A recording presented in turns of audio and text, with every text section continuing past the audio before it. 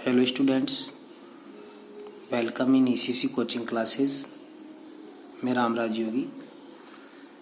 आज आपको जो मेथड वाला जो टॉपिक था अपना टीचिंग मेथड का, रीट स्टूडेंट और सीटेट या जो भी टीचर के एग्ज़ाम की तैयारी कर रहे हैं उनके लिए बहुत इम्पोर्टेंट वीडियो है। इस मेथड में से हर बार क्वेश्चन पूछा जाता है, तो इसे आप ध्यान से समझिए और आपको वीडियो कैसा लगा वो मुझे आप कमेंट में लिखकर बताइएगा। और अगले वीडियो में मैं जीटी मेथड और डायरेक्ट मेथड दोनों के क्वेश्चंस हल करवाऊंगा आपसे, तो उसको ज़रूर देखिएगा। जो डायरेक्ट मेथड होता है नाम से ही स्पष्ट होता है। देखो, जीटी का मतलब होता है ग्रामर ट्रांसलेशन मेथड और डायरेक्ट मेथड का मतलब होता है जो कम्युनिकेशन बेस्ड है, डायरेक्टली जो जिसको अपन कहें कि मदर टंग अलाउ नहीं होकर टोटल बच्चे को इंग्लिश टू इंग्लिश जो सिखाया जाता है वो मेथड है डायरेक्ट मेथड। तो डायरेक्ट मेथड के जो एडवोकेटर हैं, पहले तो ये बात समझ में आना चाहिए, advocated by Pendergast, Sauveur, Michael West, इन तीनों का नाम आप लर्न कर लीजिएगा। इसमें पेंडरगेंट, स्वेवर और माइकल वेस्ट। माइकल वेस्ट का अलग से अपना मेथड भी आएगा, doctor West method. Next, other name, natural method, reform method.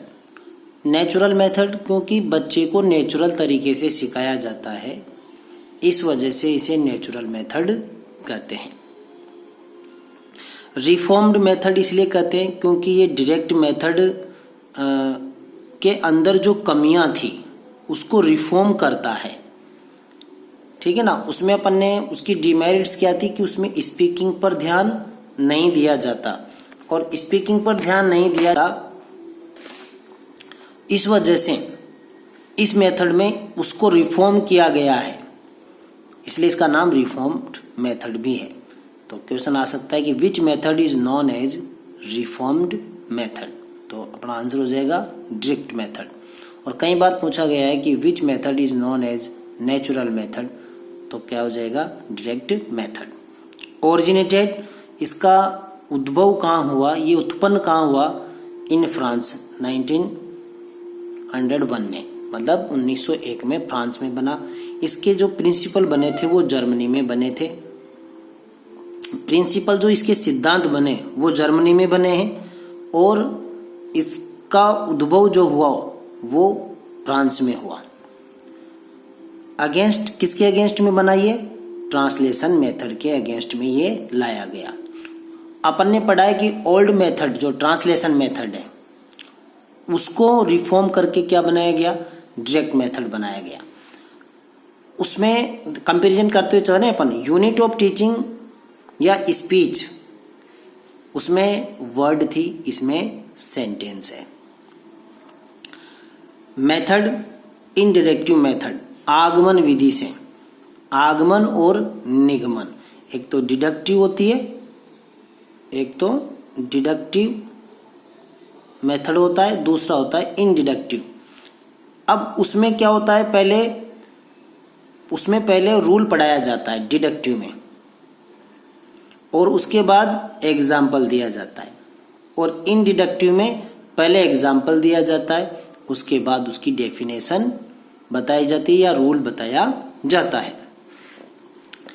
इसमें मेन फोकस स्पीकिंग और लिसनिंग पर दिया जाता है, और उसमें रीडिंग और राइटिंग पर दिया जाता है। तो दोनों में से उसमें अपन ने पढ़ा था कि वो इग्नोर करता है स्पीकिंग और लिसनिंग को, और ये मेन फोकस करता है स्पीकिंग और लिसनिंग पर, क्योंकि डायरेक्टली कम्युनिकेशन पर बेस्ड है, बेस्ड ऑन अजम्पशन, मान्यताओं पर आधारित है। This method was approved by international phonetic association of France, IPA के द्वारा इस मेथड को अप्रूव्ड किया गया है। तो क्वेश्चन आ सकता है विच method is approved by IPA. IPA के द्वारा कौन सा मेथड अप्रूव किया गया है? Direct method. It is based on this philosophy that fluency in reading and facility in writing. तो ये इस दर्शन पर आधारित है, इस फिलोसफी पर आधारित है, reading and facility in writing. मतलब अगर अपन fluency in reading and facility in writing मतलब लिखना और पढ़ना, ये केवल एक अवधारणा है, बच्चे को सुनना और बोलना आना चाहिए, ये तो अपने आप हो जाएगा, ये इसका अजम्पशन है। This method is created direct bond between word and idea. इसमें बच्चे के अंदर ऐसी फिलोसफी या ऐसी उसकी साइको बना दी जाती है कि उसका डायरेक्ट बॉन्ड होता है वर्ड और आइडिया के बीच में, वो और कुछ नहीं सोचता। Audio visual material is use extensively. इस मेथड का सबसे अच्छा एक तरीका ये भी है कि इसमें ऑडियो विजुअल एड बहुत ज़्यादा यूज किए जाते हैं, इसलिए ये थोड़ा कॉस्टली भी होता है। जीटी मेथड में ऐसा नहीं होता है। ऑडियो विजुअल एड मटेरियल ज़्यादा इंग्लिश मीडियम स्कूलों में अपन देखते हैं, बहुत सारी उनको सुविधाएं दी जाती है इस प्रकार की। Much stage is put on speech. इस मेथड में ज़्यादातर स्पीच पर फोकस किया जाता है। Learning to speak a language is always by far the shortest road learning and to write it. मतलब सीखना, मतलब टू स्पीक अ लैंग्वेज, बोलना सीखना सबसे आसान तरीका है, सबसे छोटा रास्ता है किसी भी भाषा को सीखने का और उसके बाद उसको लिखने का। Mother tongue is not allowed. जब अपन को ये सारी बातें होगी ना तो कैसे क्वेश्चन आएगा, फिर डीपली क्वेश्चन क्या आएगा, which is not a characteristics of direct method, या which is the characteristic of direct method, और 4 दे देंगे, एक उसमें से सही होगा, 3 गलत होंगे, ऐसा होता है। तो मदर टंग इसमें अलाउ नहीं है, और उसमें मदर टंग अलाउ थी जीटी मेथड में। Grammar is taught inductively. इसमें ग्रामर इंडिडक्टिवली पढ़ाई जाती है। This method is followed the maximum from the simple to complex and concrete to abstract. ये जो मेथड है वो सिंपल टू कॉम्प्लेक्स चलता है, कॉन्क्रीट टू एब्स्ट्रैक्ट चलता है। Teacher and student are active.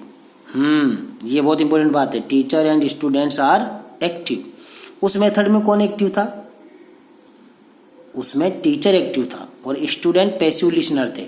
इसमें teacher and student are both active. Next देखिए, मेरिट्स, इसकी अच्छाइयाँ क्या है। Ask question in between the lecture. इसके अंदर अपन ask question in between the lecture, बच्चे से लेक्चर देते समय क्वेश्चन इसमें पूछे जा सकते हैं। स्टूडेंट सेल्फ करेक्शन, बच्चे खुद ठीक कर लेते हैं। फुल ऑफ एक्टिविटीज, पूरी क्लास एक्टिविटीज से भरी रहती है। Grammar taught use not by rules, सबसे इंपॉर्टेंट बात देखिए, grammar taught use not by rules. इसमें ग्रामर को सेपरेट बुक के रूप में नहीं पढ़ाया जाता है, इसमें स्पीकिंग करते समय ही रूल्स बता दिए जाते हैं, है ना, यूज के आधार पर, रूल्स के आधार पर नहीं, यूज के आधार पर। It is a natural method. Practice is done in this method. इसमें प्रैक्टिस बहुत अधिक करवाई जाती है। कम्युनिकेशन क्लास में बहुत अधिक करवाया जाता है। It is an interesting method, बड़ा इंटरेस्टिंग मेथड है। It is based on understanding, understanding पर आधारित है। टू मेक पीपल, मतलब विद्यार्थी को या शिष्य को, टू थिंक इन इंग्लिश, ये अंग्रेजी में सोचने के लिए मजबूर करता है बच्चे को कि वो डायरेक्ट उस वर्ड को इंग्लिश में ही समझे, चाहे उसको हिंदी पता नहीं। अपन पहले उसकी हिंदी, उसको जैसे कोई वर्ड देखते हैं उसकी हिंदी सोचते हैं, फिर उसको इंग्लिश ट्रांसलेट करते हैं, लेकिन ये डायरेक्ट उसकी इंग्लिश सोचते हैं। Much emphasis on oral work. इसमें किस पर ध्यान दिया जाता है? रिटन वर्क पे नहीं, ओरल वर्क मतलब बोलने पर।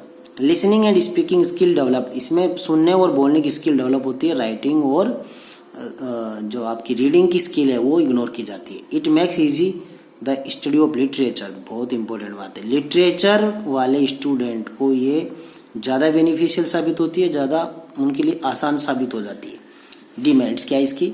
It ignores the use of mother tongue. Mother tongue तो अलाव ही नहीं है। किसी बच्चे को कोई चीज़ समझ में नहीं आ रही जब तक हिंदी नहीं बताएंगे तो कैसे किया जाएगा उसको सॉल्यूशन। तो मदर टंग अलाउ नहीं इसके अंदर। It ignores the use of grammar and translation method, मतलब ये ग्रामर को यूज नहीं कर रहा, बच्चा गलतियां करेगा लिखते समय। मैंने देखा है, मैं जब भी इंग्लिश मीडियम स्टूडेंट को पढ़ाता हूँ तो उनकी ग्रामेटिकल मिस्टेक बहुत होती है। स्पीकिंग अच्छी हो सकती है उनकी, लेकिन वो ग्रामर की मिस्टेक करते हैं। एंड ट्रांसलेशन मेथड, और कुछ चीजें ऐसी होती है बिना ट्रांसलेशन के समझ में नहीं आती। It ignores reading and writing skills. It is costly and time consuming. Costly है, मैंने बताया आपको, टाइम कंज्यूमिंग मेथड है। प्रैक्टिस करवाइए, जैसे उसे करें क्रेमिंग करवाना, बच्चे को क्रेमिंग करवाइए, रटवाया जाता है, और टाइम कंज्यूमिंग भी है। Trained teacher are not available for this method in India, और भारत में ट्रेंड टीचर नहीं है। ऐसे टीचर जो टोटली एक्सप्लेन इंग्लिश में कर सके हर चीज की, तो ऐसे ट्रेंड टीचर अवेलेबल नहीं है। This method is not suitable for all types of schools and students, rural and urban area. सही बात है, ये मेथड सभी स्कूल के लिए सूटेबल नहीं है, क्योंकि रूरल एरिया में और अर्बन एरियाज के अंदर कहाँ इस प्रकार की टीचिंग मटेरियल, बहुत सारी बच्चों की कमजोरियां होती है, उनको उन स्कूल में ले जाना, लाइट्स वगैरह नहीं है, बहुत सारी सुविधाओं का अभाव है, तो वहाँ ये मेथड यूजफुल नहीं है। Only intelligent student can be beneficiated by this method. Intelligent student ही केवल इसको फॉलो कर सकता है, जो कमजोर है और जो थोड़ा एवरेज स्टूडेंट है वो इसको कर नहीं पाता है। और अपन ये भी कह सकते हैं कि ये एक तरह से टाइम कंज्यूमिंग है, पैसा इसमें ज़्यादा खर्च हो रहा है जीटी मेथड की अपेक्षा, और ओवर क्राउडेड क्लासेस के लिए ये बेनिफिशियल नहीं है। अगर क्लास बड़ी है तो उनमें कैसे अपन कम्युनिकेशन करवाएंगे, कितना टाइम लगेगा, तो ये जो है ओवर क्राउडेड क्लासेस के लिए भी यूजफुल नहीं है। तो ये कुछ इसकी डिमेरिट्स थी।